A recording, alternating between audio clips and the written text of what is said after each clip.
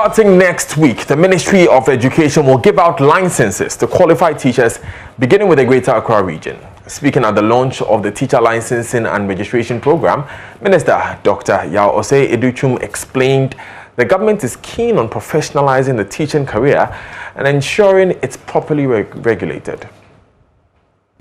I'm here to launch the registration and licensing of teachers. We know that teacher trainees have gone through this and they got a provisional license. And this begins the formal process of giving them a regular license and also ensuring that those who were grandfathered into the act, grandfathered meaning that they were not required to do the exams, also go through the registration and the licensing so that they can also know that they are part of the group of people who the nation is calling upon to really help implement the new curriculum that has been introduced, implement new strategies to ensure that education system will be fit for purpose. We know that in the 21st century, as I always say, education is not just a piece of the puzzle, it's the whole puzzle. If we are going to change our fortunes, it's going to be because our education system improved and performed its role well. But how can we do that without looking at the teacher, the linchpin of the whole education process, to make sure that the teacher is professionalized? And today begins a major milestone in the history of our nation. For the first time, we're going to ensure that every teacher is registered, every teacher is licensed. Where there are any bottlenecks, it will be removed. I want people to understand that the National Teaching Council is facilitating the process, not to disadvantage anybody. I've gone to various media events and I get calls talking about, I'm a teacher, my promotion has not been affected. I'm a teacher, I have serious issue, and on those occasions I become concerned. I become concerned because a teacher whose pay has delayed unduly will never be able to perform his function the way he or she should perform it. Therefore, the Ministry of Education, in partnership with the Ghana Education Service, is setting up a special teachers portal where all those with complaints will be able to go and register their concerns. And I'm going to assign case managers who will then take on this issue with the Ghana Education Service to make sure the complaints are resolved. And when they are resolved, as the Minister for Education, there will be a dashboard for me to know that if there were 20,000 complaints from Ashanti region, it's reducing and not increasing, and that their issues are being dealt with.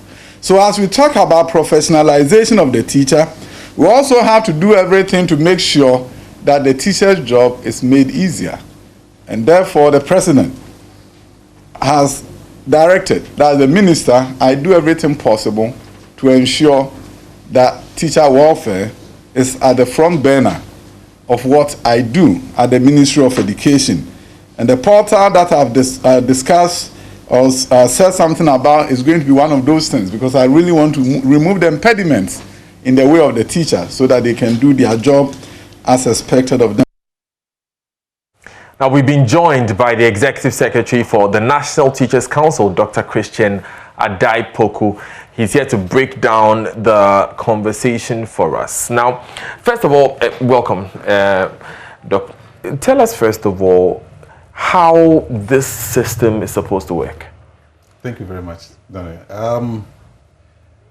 The National Teaching Council is mandated by Education Regulatory Bodies Act 2020 to regulate and license teachers. And the main issue here is that, yes, we call ourselves professionals, but there are certain attributes that should make you really a professional. And one of them is that you must be properly regulated.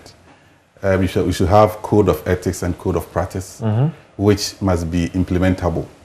And you must have a regulator to do that. There must be standards that the regulator will have to set. And when the regulator sets the standards, the regulator should be able to make sure that they are properly implemented. Okay. When we talk about a profession, that group of people must have a body of knowledge and skill set that is exclusive to them. And so anybody practicing teaching must meet that standard. And that is what National Teaching Council is set to do. Besides that, anybody setting himself to be a teacher must go through some level of training.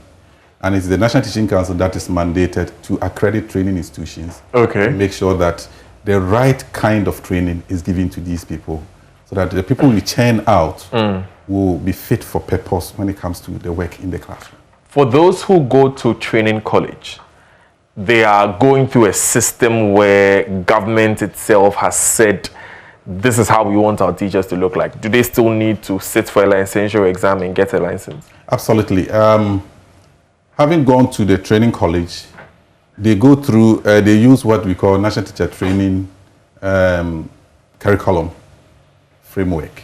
National Teacher Training Curriculum Framework. That's what is used by all teacher training institutions, either training college or a university. If you go to University of Cape Coast, for instance, apart from the normal College of Education courses that are done under them, they also have Faculty of Education that trains teachers. So all these people come under the same framework. And when you complete, there are other training institutions also in the country. You go to Jackson College, you go to Methodist University, you go to Valley View, and so on. There are many, many, many teacher training institutions. And so when they have used the framework to train teachers, we want to know whether these people have been able to be, they have been properly trained. So the teacher's licensure exam is the sieve that will help us know that these people have really gone through the mill, and these people do not fit, and so on. That's what's done. But that is not the crux of today's launch. Today's launch is for those who are already in the system, people who have been teaching before 2018. 2018 was when teacher licensure examination was introduced. So at the time it was introduced, people who were already teaching before the introduction are not supposed to write the licensure exam. Okay. But they are also still entitled to licensing. For NTC, we call them in-service teachers. Okay. And so these are the people that today's ceremony is targeting first. People who are already in the system. So what's the process for them? How do they get the license? Yes. So to get the license, the first thing the teacher must do is that he must be a qualified teacher. By a qualified teacher means he must have been trained as a teacher. That's the first thing. Secondly, they must go to the National Teaching Council Teachers Portal. We call it Ghana Teacher Portal. And the link is tpg.ntc.gov.gh. So we That's go there. TPG for Teachers Portal Ghana. Yes. .ntc for National Teachers Council. Yes. .government.gh. Okay. That's it. So you go there. We have already pre-populated certain information about them. We got the information from Ghana Education Service, and we have put that information there. But it's not everything that's there. So you key in your staff ID, you need your email address, you need your staff ID, you need SNIT number. When you key in this information, a code will be sent to you through your email, and you use your email to enter the portal. And when you go into the portal, other spaces that are left for you to fill, including your qualification and so on and so forth, you fill all those parts, and then you get 100%. When you get the 100%, NTC will do the validation, because you can get other people doing many things. So we still do extensive validation to make sure that you still qualify for the license. And when that validation has been done and you are okay, we will send you a text message giving you your teacher's registered number, but not the license yet. When you get the teacher's registered number, NTC would then come to either your school or the circuit. It will create a center, then you come there and then give you your license. Your license. The license looks like this. Okay. But then you will show that to the camera. You will fix a photo here. Okay. Yes. It's something like this. So the photo will be at this end. Okay. There will be a photo there. Yes, the cameras will capture it, so you can go ahead. So what you're saying is that you don't need to necessarily write an exam or go through any arduous process. You just fill out the online form, and then the rest is for the NTC to do. Exactly. That is for those who have been in the system before 2018. Yes. So is it everybody who was in the system before 2018? there are two categories of teachers. We have those who are not qualified teachers. We call them non-qualified teachers. Okay. They have not been trained as teachers at all. For them, we haven't tackled their issue. Okay. For now, they will continue to teach. This project is supposed to take us about 18 months to complete. When we complete this one, the next level is to now come to those who are not qualified teachers. Maybe those who are in private schools. Yes, the law mandates us that we should give them a provisional or temporary license. And that's for 1 year. Before they are given, they will be given short training to be able to manage classes, but not enough to be a professional Teacher. Yes. While we are doing that, we are encouraging them, we are working with the training institutions to make sure that they get tailor-made courses for them that will help them upgrade themselves and eventually, maybe in the next 3 years, also qualify to be issued a professional license. But for now, that's what's going on. So there's a roadmap for them. Yes. A lot of this seems to be dependent on a teacher's discretion. If I'm a teacher and I'm somewhere in Bunkrugu, I have to go and fill the online form. How are we ensuring that we capture as many people as possible in the shortest possible time?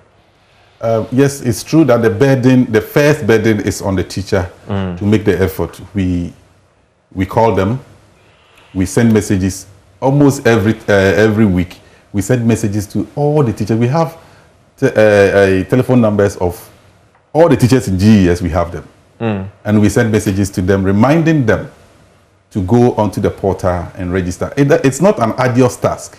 You go there, and if you are IT savvy, it shouldn't take you more than 6 minutes to finish. The only thing is that you need to go with a scanned copy of your certificate and first appointment letter. If you are not even IT savvy and you are going to take time, 10 minutes, between 10 and 15 minutes, you're done. And so the most important thing is to make the effort, and you'll be able to do it. And our staff is also available during working hours that you can call if you have any challenge, and they will come to your aid to help you. It is in our interest, and also in the interest of the teacher, to make sure that everybody is licensed, because after this license, there will be enforcement. And by that time, if you are not licensed, it becomes another issue altogether. And we want to make sure that everybody participates in this process and get licensed before the end of the exercise. Greater Accra is starting on Monday, 17th of May. And it won't take us a week to finish Greater Accra. So it's incumbent upon every Greater Accra teacher, both public and private school teachers, who are trained teachers, who are qualified, to go onto the portal and register. Then we will come very close to them as much as possible. We don't want them to lose so much contact hours. So we come very close to where you are, and then you move in and get yourself licensed. Many times when I see these exercises being carried out, because of the sheer numbers that we have in the teaching field, I've become so used to seeing a crowd of people massed up at the district education office. Then cameramen will have to go and rush there, and they'll be complaining to us, I've been here all day, the system has crashed, what have you. How are you going to manage that, especially in these times that we want to discourage crowding because of COVID? Yes, the only problem that we envisage coming is that with the enthusiasm that is building up, everybody will want to pick his or her license first. That's the only thing. But besides that, we are moving to circuits, and we have the number of teachers in each circuit. Greater Accra, the maximum that you get in a circuit is around 200 people. And if you have 2 or 3 machines for the whole day, you should be able to finish by 12. If everybody is comporting himself or herself, we should be able to finish by 12. The only challenge that you have is that instead of people maybe coming gradually, everybody will want to come in the morning, finish and go. And or everyone will come in the last minute. That is where the problem may be. But besides that, we have enough machines to serve everybody such that within that time, I mean, there shouldn't be any mad rush to get this done. You hinted, and I know that that's not the focus now, but you did hint that after this entire exercise, we'll get to a point of enforcement. What would enforcement look like? Per the Education Regulatory Bodies Act, the only qualification, the only thing that by law entitles you to teach, even though you are trained, is the license. And so it prescribes penalty for non-compliance. If you are not licensed, you are not supposed to teach in the classroom. You should either have a full license or have a temporary license, a full license for a qualified teacher and a temporary license for non-qualified teachers. And so when this process ends and you don't have a license, then you have no business being in the classroom. Dr. Christian Addai-Poku, thank you so much for joining us this afternoon. Thank you very much, Daniel. Right, he is the Executive Secretary for the National Teaching Council.